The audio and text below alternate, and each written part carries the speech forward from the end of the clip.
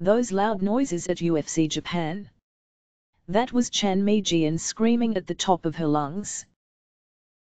There's a lot to like about Korean strawweight Chan-Mi Jeon. For one thing, she shares a nickname with a toy that can't be knocked over. For another, she likes to express herself in the universal language of guttural screaming. There was plenty of the latter in Jeon's prelim bout against Syuri Kondo at UFC Fight Night 117, and while she lost the close fight via split decision, she definitely made herself heard in the process. For starters, there was her pro tennis player-esque shout with nearly every strike she threw. Then, between the first and second rounds, there was this.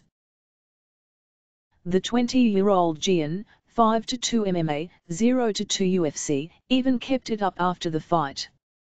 Following 3 close rounds with an aggressive Kondo, 6-0 MMA, 1-0 UFC, Jeon awaited the decision with what we're going to guess is a scream of optimism and hope. And how do you think she handled it when the decision didn't go her way? Go ahead, just take a wild guess.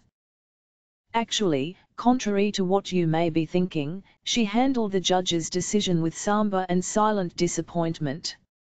Nah, just kidding. She yelled again. Because why keep all that stuff bottled up? For complete coverage of UFC Fight Night 117, check out the UFC events section of the site.